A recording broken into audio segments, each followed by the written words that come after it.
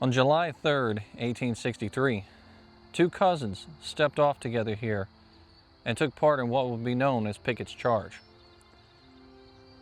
They had marched everywhere together, came across Virginia together, missed Antietam together, and made their way here to Gettysburg. And somehow, between Seminary Ridge and the stone wall here in Gettysburg, Pennsylvania, one of them disappears forever. Today, we're walking across the field in the footsteps of that soldier to try to uncover one of Gettysburg's forgotten mysteries. What happened to Cornelius LaPrade?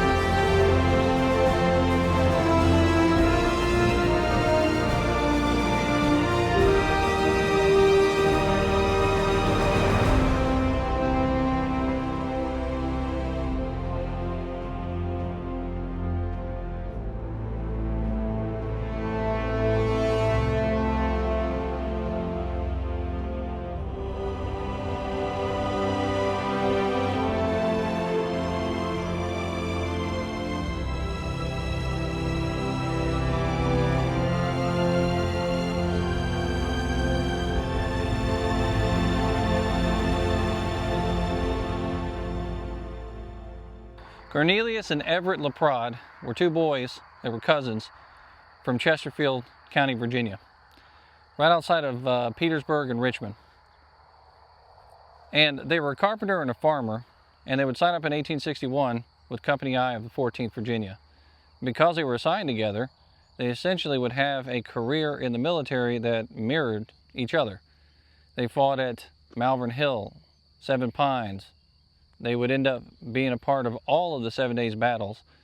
And oddly enough, the two of them would get sick at the exact same time and miss out on the Battle of Antietam, which might have worked in their favor.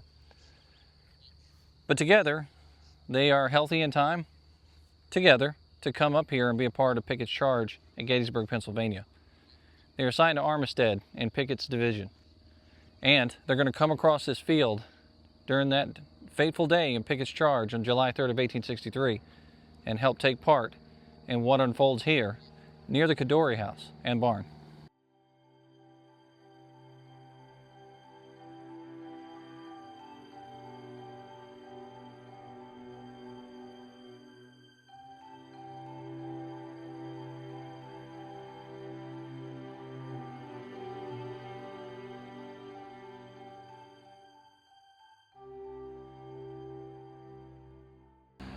Now, to give you a better understanding of where I am and why I'm here, we have the Codori barn, and the house is just on the other side there.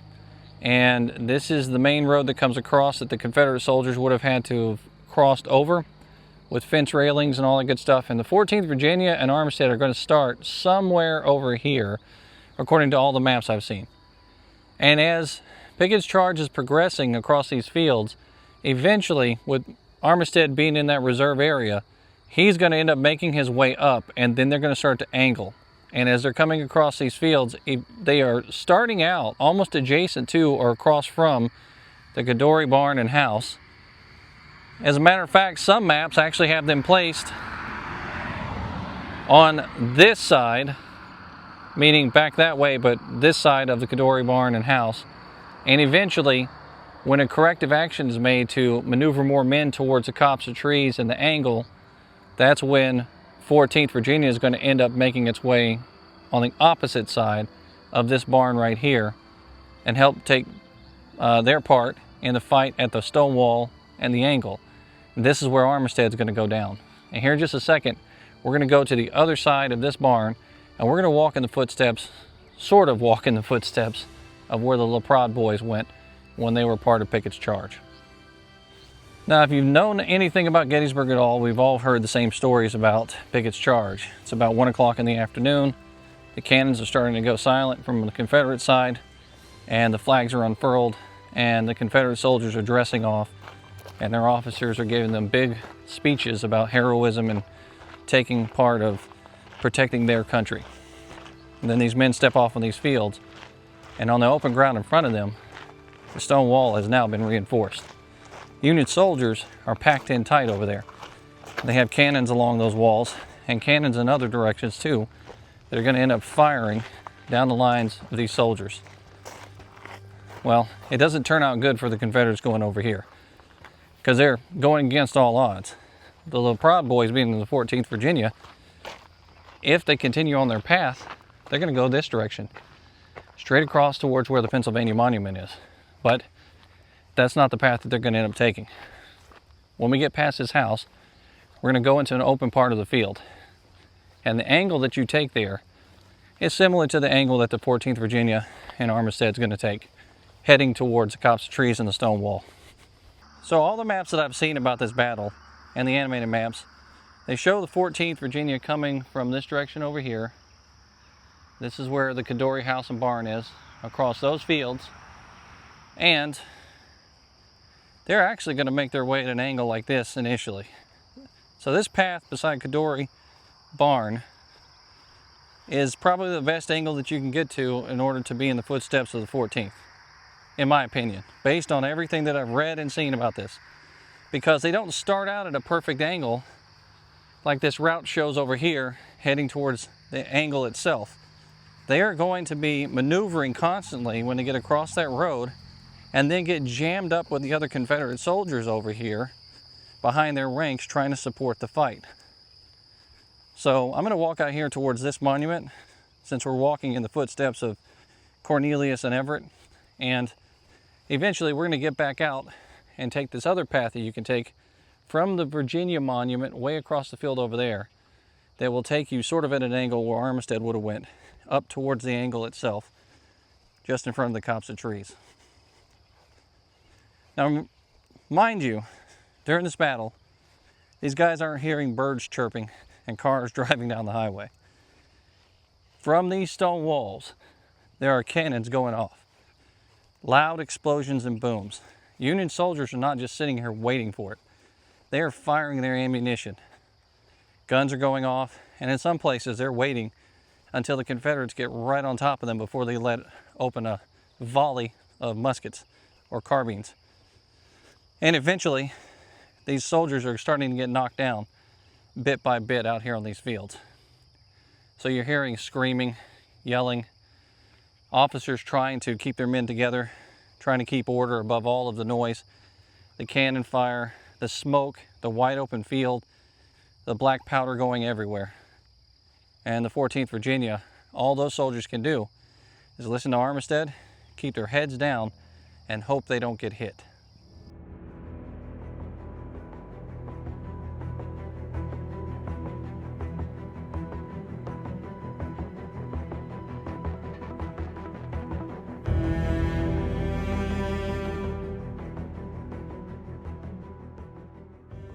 So Cornelius and Everett are together, and they get up here to the Emmitsburg Road, and men are starting to fall left and right.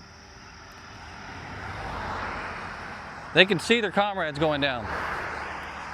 Coming into this battle, they have roughly 422 men in their unit out here, and roughly 1/4 of them go down as casualties as a result of the open field charge called Pickett's Charge.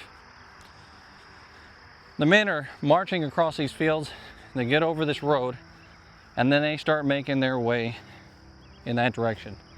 Now up ahead of them, what they're going to see is they're going to see the forward advanced units that are attacking that wall, what's left of them, that are trying to make some kind of action happen over there, trying to push the Union soldiers back. But they're stalled. They're stopping, they're firing, they're trying to fight, hand-to-hand combat's ensuing, and Armistead's men are supposed to come up and be that backbone, that push, with Trimble coming up as well. It doesn't work out. So here at the Emmitsburg Road, across in the break in the fence, we're going to go ahead and march towards the position where the 14th Virginia ultimately ends up. This is where the mystery begins. This is where he disappears. coming across this field, somewhere on these grounds, that man likely goes down. As he's heading towards this angle, the 14th Virginia and Armistead's men are making their way up at the double quick. They've just crossed this road and they are essentially trying to run towards the action ahead. And their push is successful for a little bit in the fact that they were able to drive back Pennsylvanians into the pocket behind the stone wall at the angle there, if you will. But the success is not for long.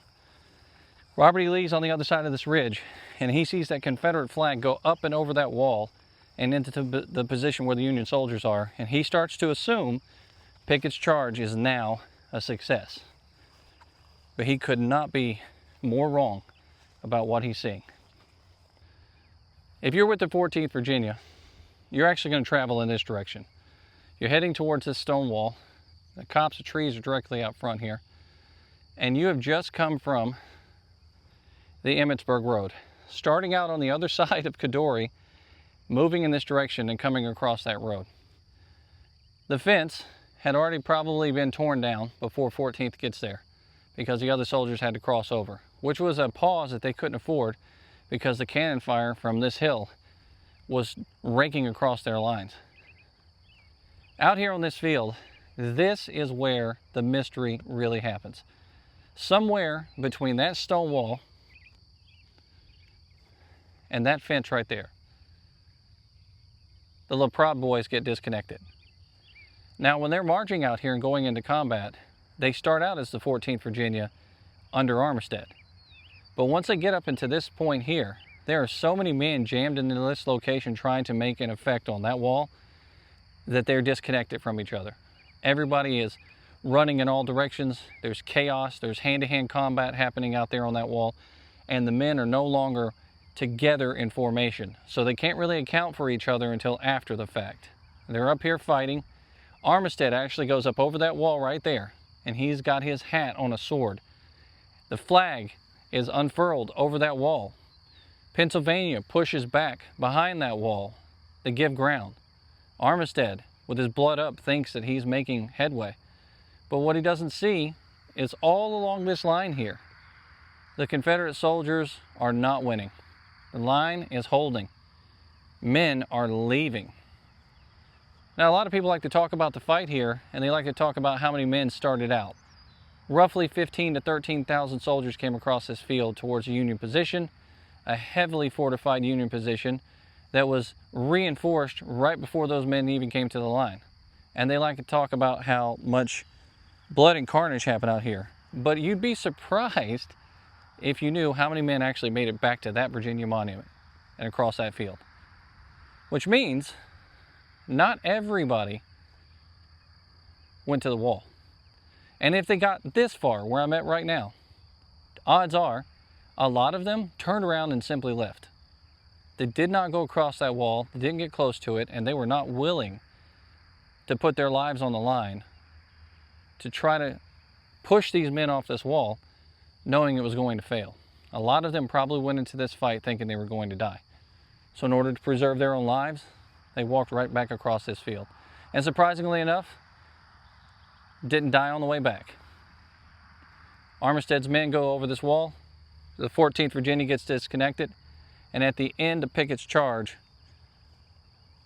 many of those men are left laying on this field. Everybody's trying to account for everybody, but they cannot account for one of the LaPrade boys.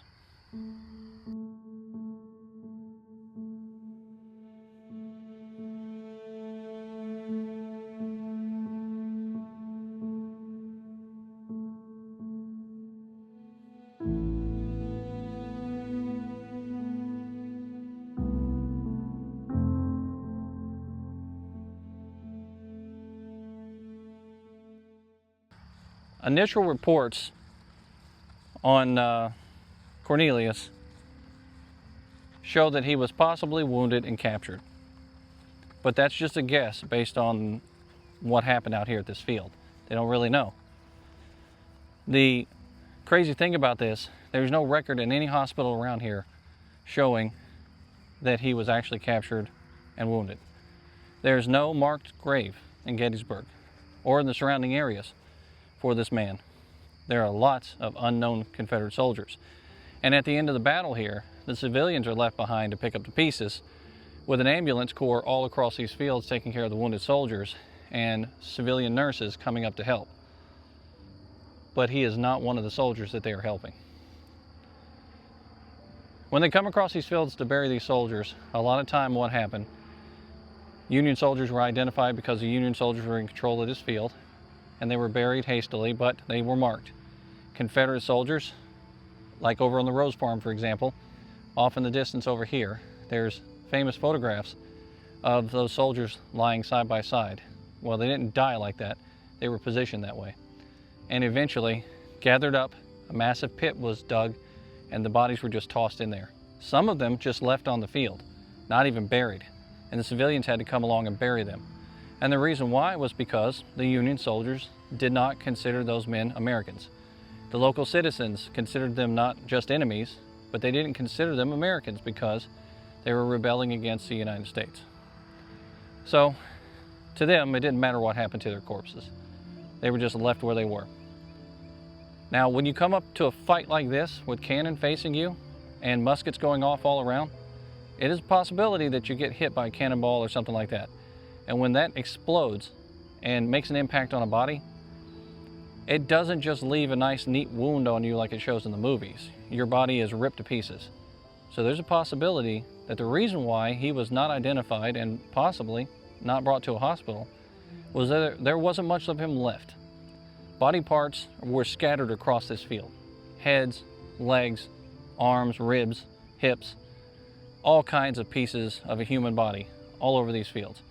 And for that, what do? You gather up as many pieces as you can find, you dig a hole and you bury it together. Eventually they come back and dig these parts up wherever they have marked these graves, and they put them in the unknown soldiers' graves. Today, the cemetery over there has unknown soldiers' graves. Some of them Confederate, most of them Union. No one will ever know what happened to that LaPrade boy, but he definitely died out here somewhere on this field. And we may be walking on him today as all the tourists and myself march across this field towards the angle at Gettysburg.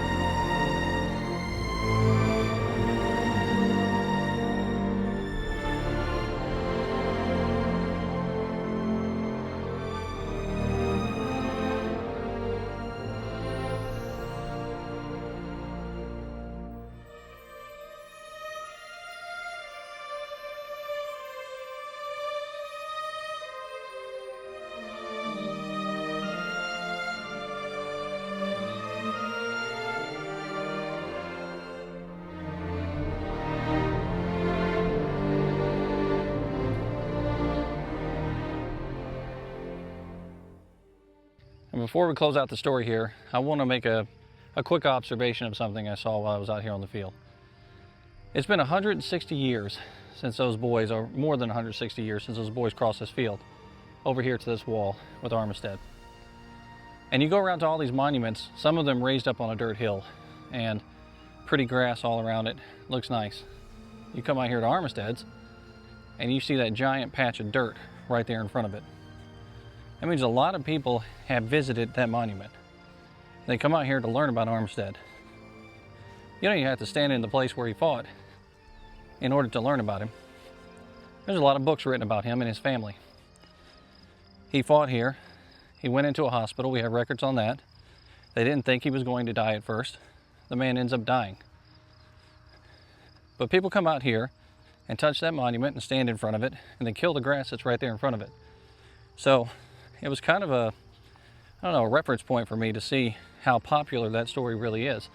That people come out here and visit it so often that they kill the grass all around it, and they flatten the earth in front of the monument, which was placed here many years after the fight had concluded. But there's no monument to the LaPrade boys. Their monument is across this field, and it's only one. It's that Virginia monument over there. Their story is the story of the common soldier. Many people gloss over that common soldier's experience and story. But there was a book by Coddington that introduced me to this story, and then eventually I did research on my own to try to know more about these boys that came across this field. When you come out to these places, they're extremely powerful. So I challenge you, when you get to a battlefield, instead of thinking about the big names, the officers that fought on this field, try to find a common soldier and walk in the footsteps of that common soldier and learn a little bit more about what the experience was like for the men that fought against each other at places like Gettysburg.